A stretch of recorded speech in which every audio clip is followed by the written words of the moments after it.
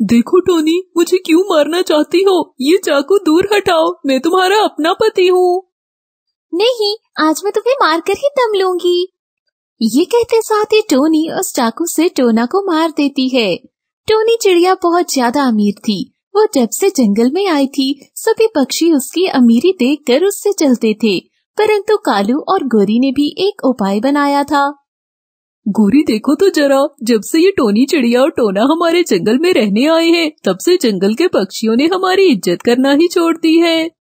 तुम बिल्कुल सही कह रहे हो, और टोनी चिड़िया तो पूरे ही जंगल में सबसे ज्यादा अमीर है। पहले हम सबसे ज्यादा अमीर हुआ करते थे, परंतु इसके बाद जब से टोनी का परिवार आया है, कोई भी पक्षी हमारी इज्जत नहीं करता।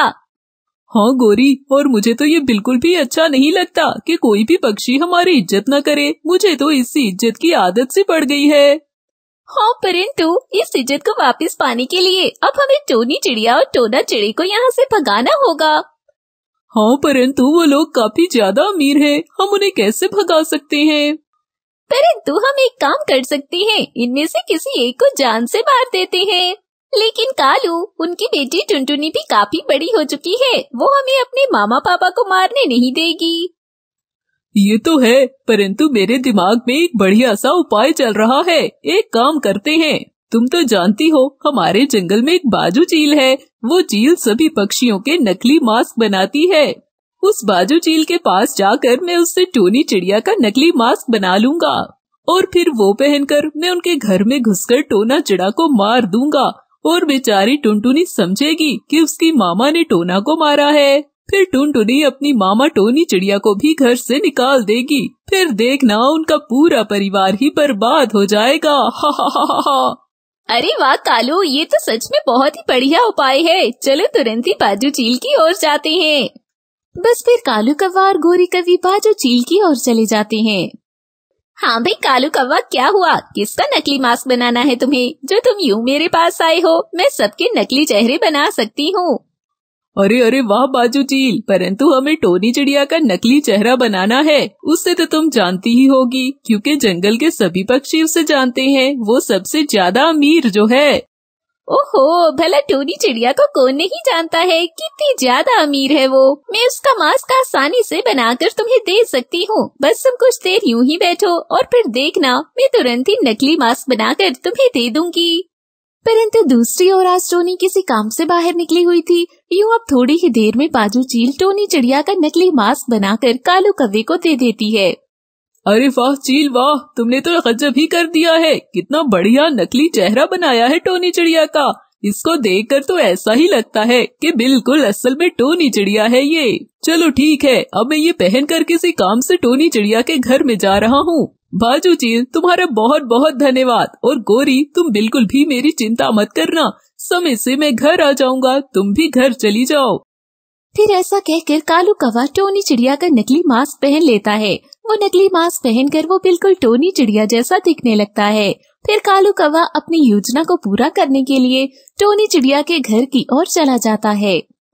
बस अब बहुत हुआ टोना चिड़ा, अब मैं तुम्हें बिल्कुल भी जिंदा नहीं रहने दूंगी। मैं यहाँ तुम्हें मारने के लिए आई हूँ। तुम्हें मारने के लिए मुझे जंगल में एक पक्षी ने काफी ज्यादा पैसे दिए हैं। इसी कारण अब मैं तुम्हें मार दूंगी, मुझे ज्यादा पैसे मिलेंगे। अरे अरे मम्मा, क्या हो गया है? ये क्या कर रही हो? ऐसी बातें क्यों कर रही हो? अरे टुनटुनी, तुम्हें क्या पता कितने सारे पैसे मिल रहे हैं टोना को मारने के बदले में। तुम्हें जब पता चलेगा कि इतने सारे पैसे मिल रहे हैं, तो तुम भी मेरे साथ अपने पापा को मार दोगी। नहीं मम्मा, हमें पैसों की कोई जरूरत नहीं है। और आप भला क्यों मार रही हो पैसों के खातिर पापा को? प्लीज नहीं करो, ऐसा बिल्कुल नहीं करो।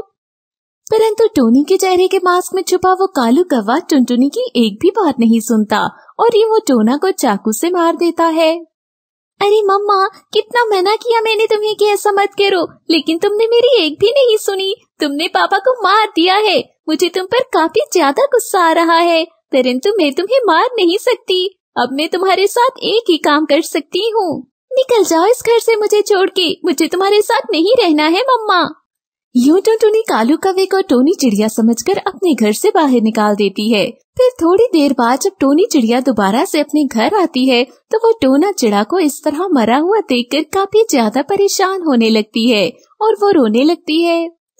अरे मम्मा, तुम यहाँ पर आकर क्या नाटक कर रही हो? फिर से चली जाओ यहाँ से, तुमने खुद ही तो मारा है पापा को। निकल जाओ यहाँ से बाहर, अब इस घर में वापस मत आना। मैं आपको निकाल चुकी हूँ घर से बाहर, फिर से तुम घर में क्यों आ गई हो?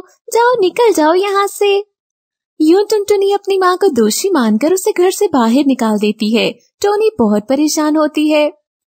मुझे तो कुछ समझ नहीं आ रही, ये क्या हो गया है? और मेरी बेटी ने तो मुझे घर से भी बाहर निकाल दिया है।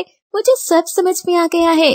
टुनटुनी को अपनी शादी करनी होगी। मेरी बेटी इतनी बड़ी हो गई कि उसने इतना बड़ा खेल रचा लिया और पैसों की खातिर ये सब कर लिया। ये सोचते ही टोनी चिड़िया वहाँ से तुरंत ही चली जाती है। परंतु मैं कहाँ जाऊँ? अगर सब पक्षियों ने मुझे इस जंगल में अपने घर से अलग रहते हुए देख लिया तो खूब मजाक उड़ाएंगे। मुझे अब ये जंगल ही छोड़ देना चाहिए। ऊपर वाला मेरी बेटी को बुद्धि दे। ये सोचते ही टोनी चिड़िया जंगल छोड़कर चली जाती है। परंतु वहीं दूसरी ओर कालू और गौरी बहुत ज्यादा खुश होते हैं। गौरी, अब हम फिर से अमीर हो गए हैं, परंतु मुझे एक योजना आई है कि क्यों ना हम जग्गू की शादी रानी कवि से कर दें। इस तरह हम और भी ज्यादा अमीर हो जाएंगे, क्योंकि वो रानी कवि बहुत ज्यादा अमीर है। हाँ, ये उपाय तो मुझे भी बहुत पसंद आ रहा है। यूं गौरी और कालू रानी कवि के साथ अपने बेटे जग्गू की शादी कर देते हैं। जग्गू बहुत ज्यादा खुश हो जाता है क्योंकि उसकी पत्नी रानी कवि बहुत ज्यादा सुंदर थी।